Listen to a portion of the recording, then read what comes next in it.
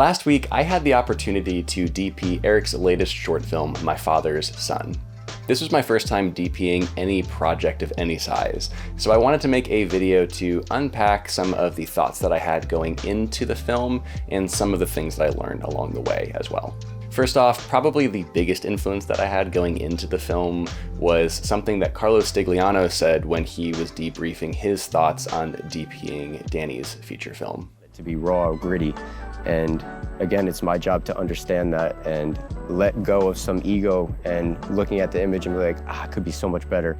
But it fits the story, it fits what Danny's vision is. So that's really the foundation of the DP-director relationship, is having a great foundation, being able to trust one another, have a great, honest, and open communication, and being able to just listen and let go of your ego sometimes as a DP. Because at the end of the day, it's Danny's vision, his story, and we're just there to help him create that. That thought of really letting your ego go to the side and focusing solely on serving the director's vision was a guiding principle for me as we created this film.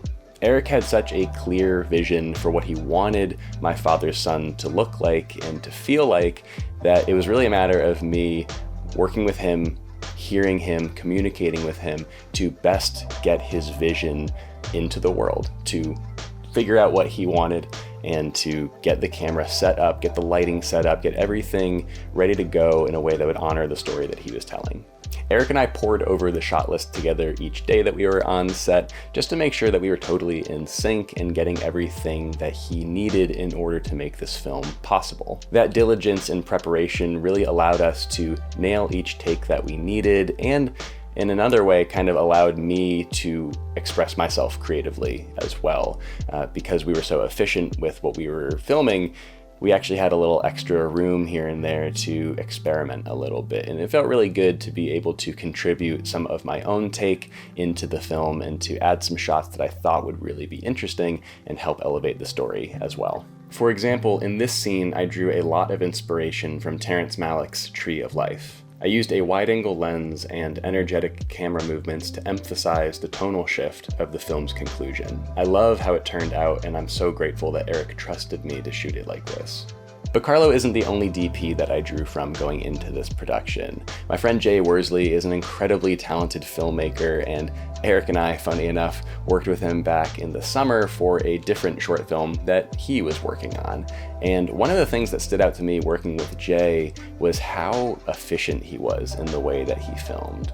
I'm kind of a chronic overshooter when it comes to either photo or video, but Jay was really, really good about focusing in on what he needed to get, and when he got a good take of it, he would just move on to the next one. And honestly, seeing that almost scared me a little bit. I was like, what about the safety shot, or what about this or that? He's like, no, I got the shot. I got exactly what I need. I see it in camera and I can already picture what it's gonna look like in the edit, so I don't need to overshoot. I can just keep moving on.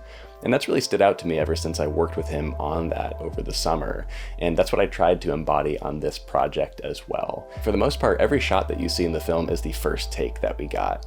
And in some cases, we had a safety take to work from as well, but I don't think there's a single scene that we actually got more than 2 takes for.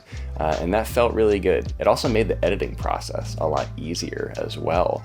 Eric had very little footage to deal with instead of, twice to 3 or 4 times the amount of footage that's more unnecessary and more just safety stuff. It expedited the editing process entirely, and it really, again, just kind of allowed us to focus in and get what we need, and then leave room to explore a little bit more later on. Lastly, like I already mentioned, this was my first time DPing any kind of project before, and I was a little nervous going into it, but the more I got into the flow of everything, the more I realized that I think my work as a photographer really helped prepare me for this role as a director of photography, a DP. And the reason I say that is because the majority of work that I do these days is made on film.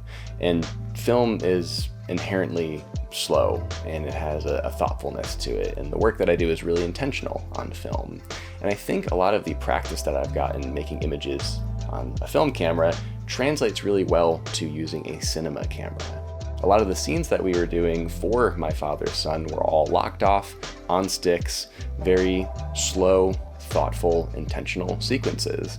And I kind of started to see, like maybe halfway through the production, the link between my film photography work, my still images, and this work as moving images, and trying to link those two things together.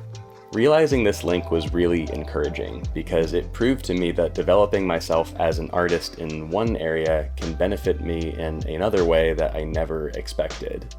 It's a nice reminder to always put your best effort into whatever it is you're doing at that specific moment, because you never know how it could evolve down the road. And who knows, maybe now, vice versa, my work as a DP on this project will make me a better photographer for future projects too.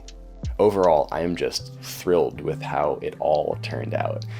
This is a piece that I didn't expect to work on to this capacity, but I'm really grateful that Eric invited me into this the way that he did, and so happy that we got to work on a team with Gene and Josh, and it was really, really cool. Like, such a special project to be a part of, honestly. If you're interested in seeing how we made this film, Gene made a 45-minute behind the scenes, really detailing exactly what we did each day before and after production.